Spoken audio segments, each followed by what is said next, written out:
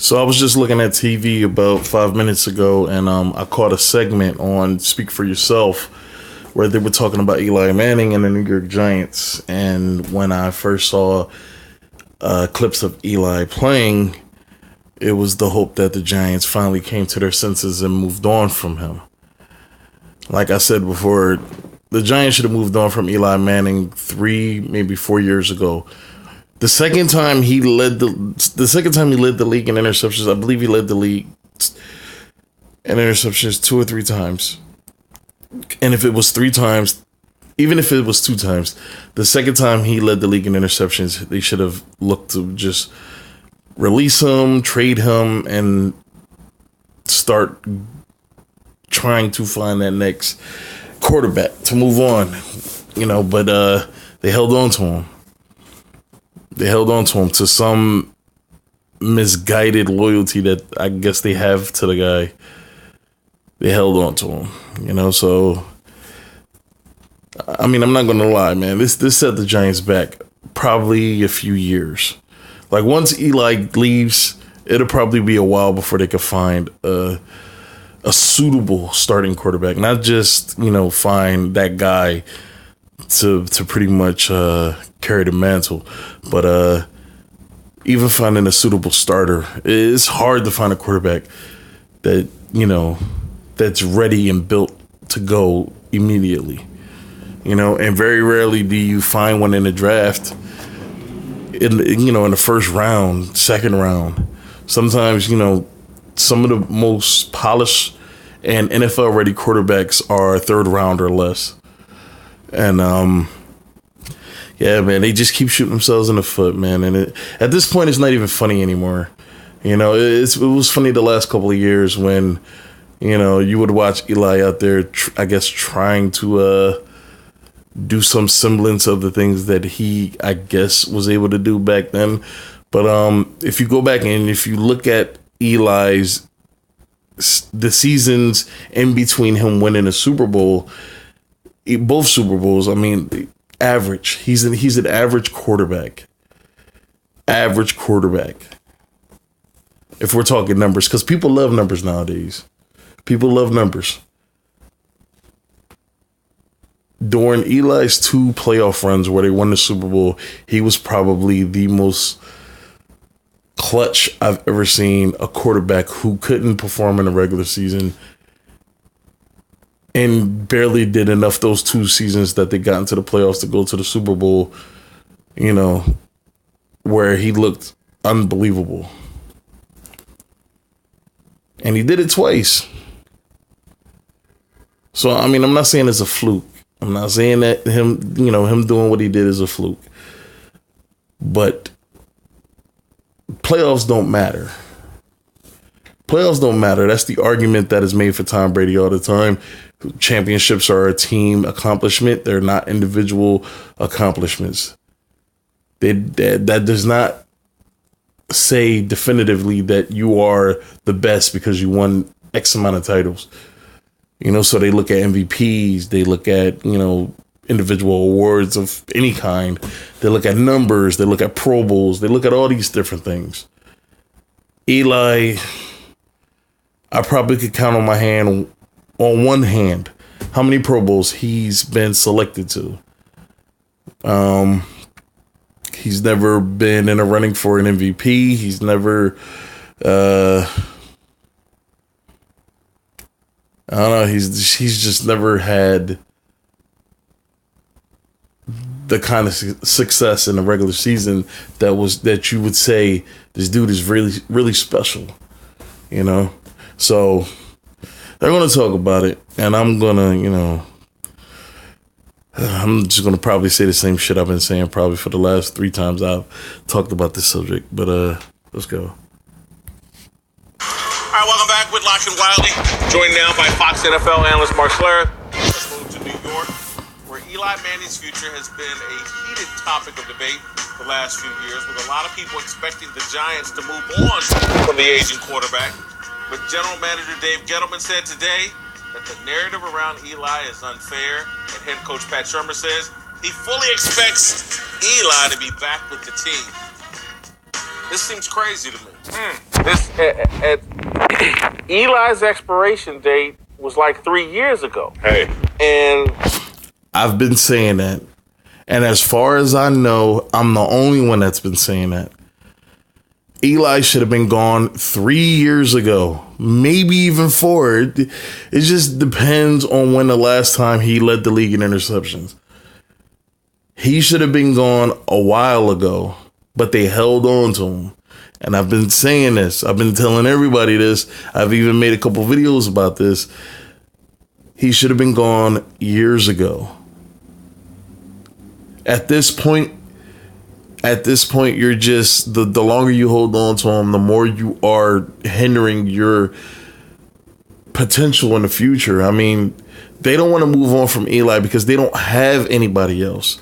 Who you going to put in at the starting spot? Kyle Lauletta? David Webb? I believe David Webb is their third string quarterback. Are you going to draft the quarterback with the number 6 pick?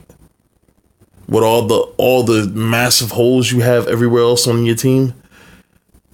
You're going to take a quarterback with the number 6 pick? Or are you going to wait to the second round to draft the quarterback? Which I believe that's their best chance. If they're going to get one of these top gunslingers, they're going to need to draft one early second round. I'm pretty sure Kyler Murray is going to be off the board in the first round. Dwayne Haskins is going to be off the board in the first round. Maybe Daniel Jones. I'm not sure. I guess it depends on what teams get the first two, and then what teams are left that need quarterbacks. Because Cincinnati needs a quarterback. Green Bay needs a quarterback. New England needs a quarterback, but New England, they're not too fond of drafting quarterbacks that high up. There's a bevy of teams that need quarterbacks. Miami needs a quarterback. There's a whole lot of teams that need quarterbacks. And I can see there being at least 3 or 4 quarterbacks being taken in the first round. Maybe not in the top 10, but definitely in the first round, I can see 3 or 4 quarterbacks being taken. At that point in the second round, when it comes back around to the Giants, are you going to have the options? See, because I believe the New York Giants have one of the best scouting teams in the NFL as far as finding talent, even if it's not finding top tier talent, first round talent, top 10 talent. They find value everywhere. They find value.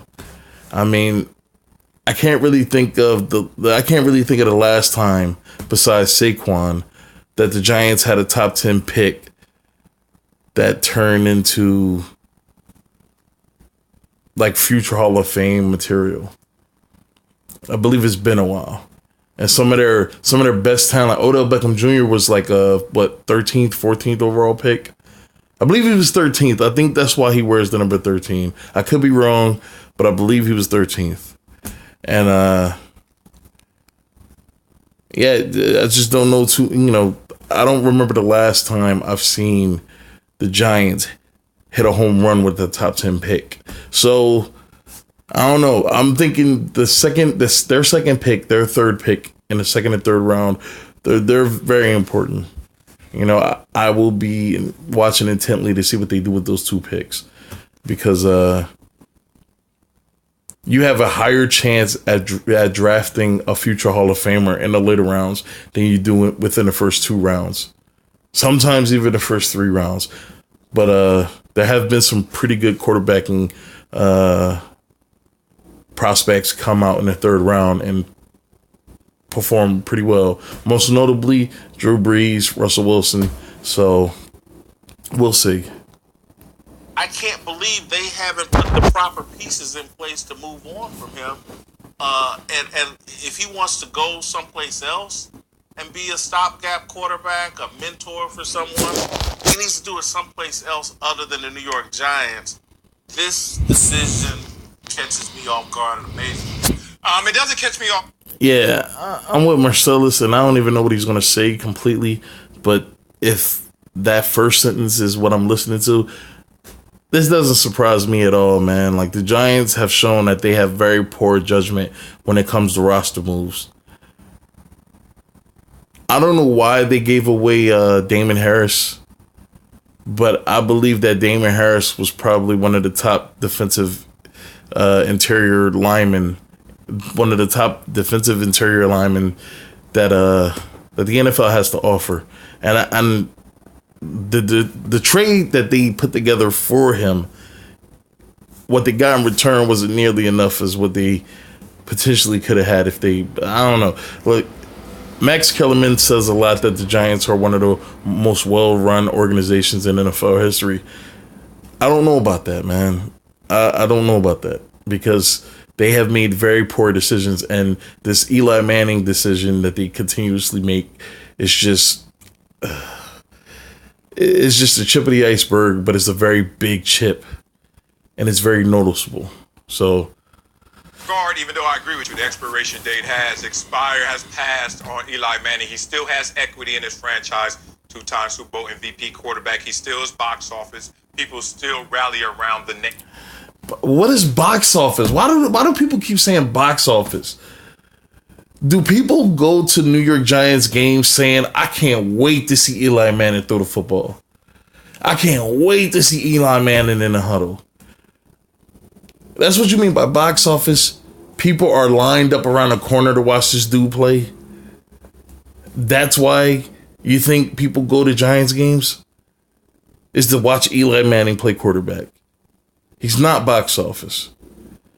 This dude won 2 Super Bowls off the back of his defense and the running game.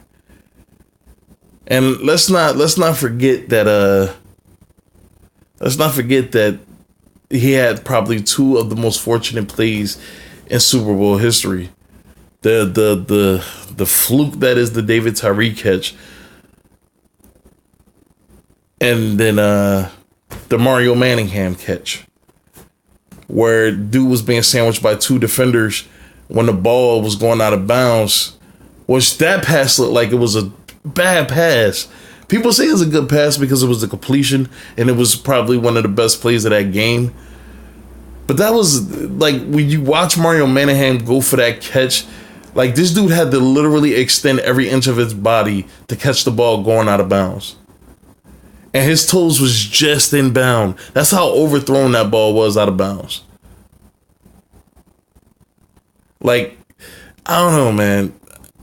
People put way too much stock in this whole Eli Manning thing. And anytime you talk about Eli Manning and his greatness, because I'm pretty sure this dude's going to get in the Hall of Fame. And it's off the back of those 2 Super Bowl wins. Nothing else. They will never talk about his regular season play. They'll never talk about, you know, those individual awards that people like to talk so highly about, if you know, as if they're supposed to validate a player's greatness. He doesn't have any of those. His only claim to fame are 2 Super Bowl victories. And really, I don't know, man. That's not enough for me, man. That's not enough. You have to do more. This dude's going to get in the Hall of Fame. And he doesn't deserve. If Eli Manning gets in the fucking Hall of Fame, Julian Edelman deserves to be in the Hall of Fame. If Eli gets in there, Julian Edelman better be in the fucking Hall of Fame.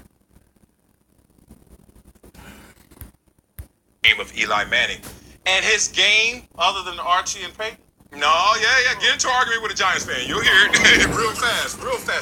3 years ago? Yeah. 2 years ago? Yeah. Even a year or so ago? Yeah. Then you watch last year?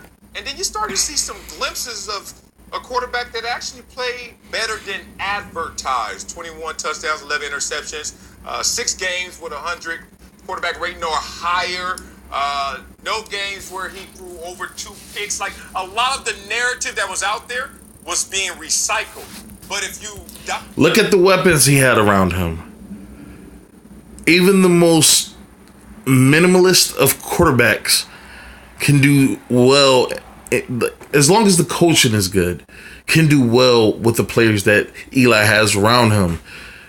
You have Saquon at the running back. You have Evan Ingram at tight end. You have Odell Beckham Jr., who's, in my opinion, the number 2 wide receiver in the NFL. And you have Sterling Shepard, who's an up-and-coming wide receiver. Also, for some reason, the Giants do a great job with drafting wide receivers. I don't know why. They just do. Like, I remember, I thought this kid would be great. I don't know why. I think it was his length, you know. I always got this vibe of like a Terrell Owens type vibe from like when I would watch him during preseason games. Ramses Barden, when he played for the Giants, I believe I was watching him during the 2011 preseason, and I was pretty impressed with what I was seeing, man. Like, this dude, he has the size, he had the hands. I mean, he was on the team for a few years, never really did anything, but you know, you could just see glimpse of a game that he has game, but it just never materialized. And he, I guess he ended up out of the NFL. But for some reason, the Giants do a great job with just drafting great wide receiver prospects. They do a great job with it. Like when Odell Beckham was drafted, people wasn't too concerned about it. I'm not saying that, he wasn't a great pick, or, at the time people wasn't excited to, that they drafted him. But, like when I watched the draft and I saw him get picked, I didn't see too many people getting super excited about it. But now this dude is, one of the best wide receivers in the NFL.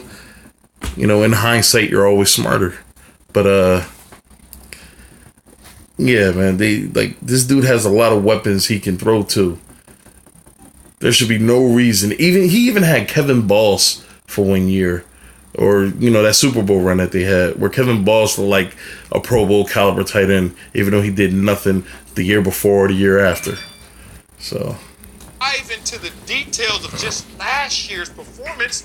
You say, okay, and then you couple that with the indictment on this year's quarterback class. And that's where you have Eli Manning has another year with the Giants. They're really just talking bad about this quarterback class. I think one thing about Eli Manning is Eli Manning's a professional quarterback. Has he slid? Yeah, most guys do. As they get older, they slide. But I think what Dave Gettleman is saying here is he came in to be the general manager, and he said, I took over a franchise that was completely dysfunctional, that mismanaged their offensive personnel grouping. And I think one thing is when you become an elite quarterback, you tend to overlook a lot of issues that you have on your football team when it comes to building your football team. You show me the team that dominates. I would need somebody to explain to me at what point in Eli Manning's NFL career was he ever elite. When you talk about elite quarterbacks, you're talking about Aaron Rodgers, Drew Brees, Tom Brady, guys that perform consistently over a long period of time, not during one playoff stretch. Is Joe Flacco elite? I mean, I would throw Joe Flacco and Eli Manning in the same conversation. Like Joe Flacco during his playoffs, during his Super Bowl run, he threw 0 interceptions throughout the entire playoffs. And he played against some really good talented, some really good teams. San Fran, New England. He played against some really good teams. There were no interceptions. Dude looked fucking perfect. He looked perfect. It looked like he couldn't do no wrong. And then that defense, they had his back. I mean, and everybody, after they won the Super Bowl, everybody was calling Joe Flacco elite. They were throwing around that elite word because they was throwing that bitch around like it was nothing. They were throwing it around like it was just free for everybody. Elite. That was everybody's word. Even fucking Deion Sanders had this corny ass joke where he was like, you can't spell elite without Eli. How is this dude elite when he only showed up during 3 or 4 games during the playoffs? And then for the rest of the games in his career, he just is subpar at best. Again, numbers are taken way too seriously. Like that's the only thing you need to make judgments, make good judgments. All you need is numbers, the statistics, because that tells everything. Numbers are extremely accurate, and in no way can they mislead you. And that's what I feel like the notion is. The line of scrimmage last year in the playoffs, I'll show you the team that won the game 100% of the time. You show me one game where the New York Giants actually dominated a line of scrimmage. They don't. They haven't in years. And that locker room was an absolute mess. I mean, a mess to the point where they had to have essentially security protecting Eli Apple. Like, that's how much of a mess that room was. So I think a lot of it's easy to put it on Eli and say Eli's no good anymore. But I think Dave Gettleman comes from an angle of, hey, they didn't build this team from the inside out. They relied on Eli Manning to carry them, and he no longer has the ability to carry them. Although he did throw for 4,299 yards last year, and I had a career high completion percentage of 66%. Right. So Dave is saying, hey, listen. Again, look at the targets, man. And nobody's throwing nobody's taking the responsibility of the Giants' mismanagement and putting all that on Eli and saying that that's the reason why Eli. This is why the Giants suck, is because of Eli. Nobody's saying that. Eli sucks because Eli sucks. He doesn't have it anymore. That little stretch, that little thing that made him completely lose his mind during those 2 playoff runs. He don't have that anymore. And people are talking about, well, I'm not going to say people. Mark Schlereth right now is talking about he passed for over 4,200 yards. He had his highest completion percentage, and he threw for 21 touchdowns, 11 interceptions. This is a passing league. Offense is king. Offense is king. People call Jared Goff a choke artist because of his Super Bowl performance. But this dude was one of the top quarterbacks statistically in the NFL last year. Offense is king. You don't need to rely on the run game anymore. As long as you have at least 2 or 3 wide receivers, a tight end, maybe 2, and some average blocking. You don't even need great blocking, average blocking. And you could pass for a shitload of yards, a shitload of touchdowns. Your interceptions will be cut down because the defense is diminished significantly. Lack of physicality and all this other stuff frees up the offenses to just run upfield.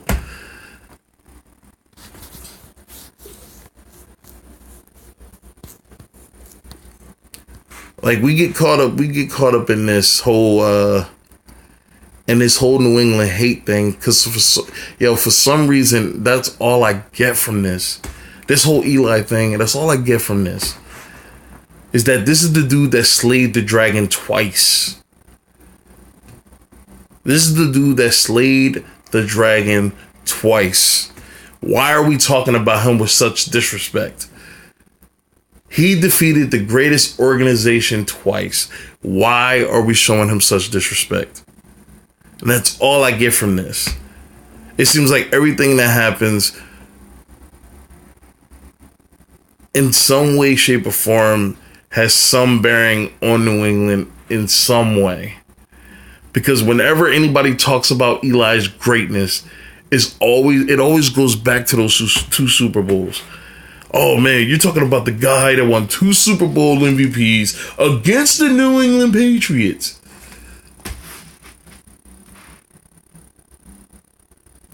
So, I know he's not long for our franchise, but if we draft a quarterback, if we bring Haskins in and let him mentor, much like Alex Smith did for Patrick Mahomes, I heard Gettleman inference that Kansas City, and just Alex Smith a lot more to offer on the field.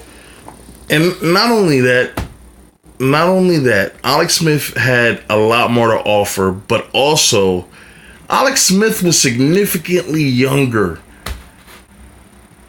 Alex Smith, I believe he was in the NFL. I believe he was drafted in, when was Alex Smith drafted? 2009? He was the number 1 pick? I believe it was 2009, 2008, something like that. When he finally started to break out, it was 2012, 2013. That was like 6 years. 5-6 years after he was drafted. He was about 27, 28, something like that. Eli is in his 30s, mid-30s. Mid-30s. There is no potential there. And am I saying he played last year? He played the worst I've ever seen him play. No. He didn't play worse. But it's not good. They think you could backslide. Like, it's like taking 10 steps back. You take 10 steps back for so long. The moment you take a couple steps forward, people think that, oh, there's nothing wrong here. It's progress. Because any amount of progress, no matter how much the decline was, any amount of progress is a great thing when it comes to this guy. No. They went 4-12. His 4,200 yards and his 21 touchdowns did not get this team to 8 wins, 7 wins. Shit, not even 6 wins. 4 wins. They have the 6th pick in the draft. The quarterback touches the ball more than anybody else in the game.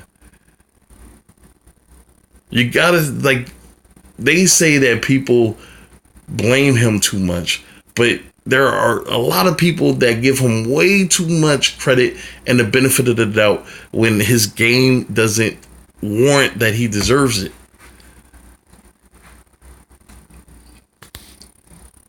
Then Eli Manning. Well, will Eli Manning be willing to do it? Because you're 100% right. Talking to Matt Nagy, who's now the head coach of the Bears, but was the offensive coordinator. He was like, the growth of Patrick Mahomes, a ton of the credit goes to Alex Smith. The way he took him under his wing, the way he coached him along, the way he helped him prepare, full well knowing at the same time, hey, this kid's taking my job. Like, I got to go find a new job. Also, another thing about that whole Alex Smith thing that should also be taken into consideration, and then this will probably be the last time I say anything. I'm probably going to end the video after this. Alex Smith came into a situation in San Francisco that was chaotic. They were coming off of 9 years of just turmoil. After the dynasty was over in San Fran and everybody left, even Jerry Rice, that franchise was in a constant whirlwind of shit. Even when they had Terrell Owens there. Constant whirlwind, man. This team was on the decline.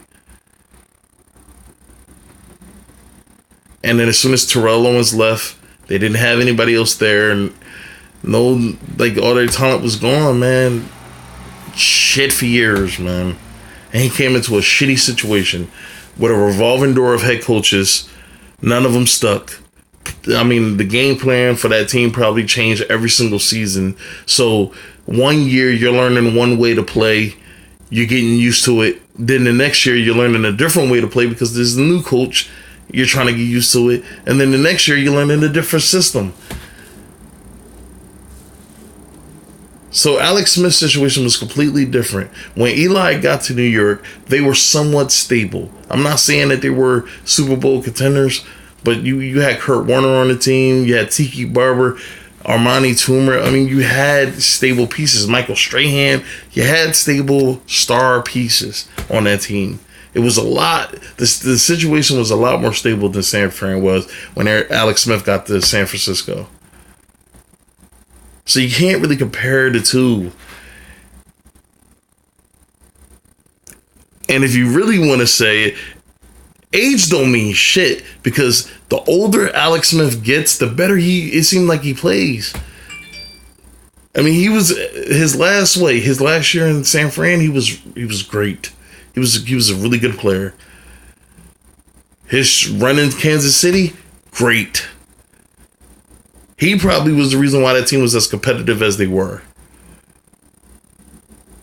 And then we go to when his 1 year in Washington before he got hurt. Washington was threatening for the playoffs until he went down and they completely just they spun out of control, and that was just it for them.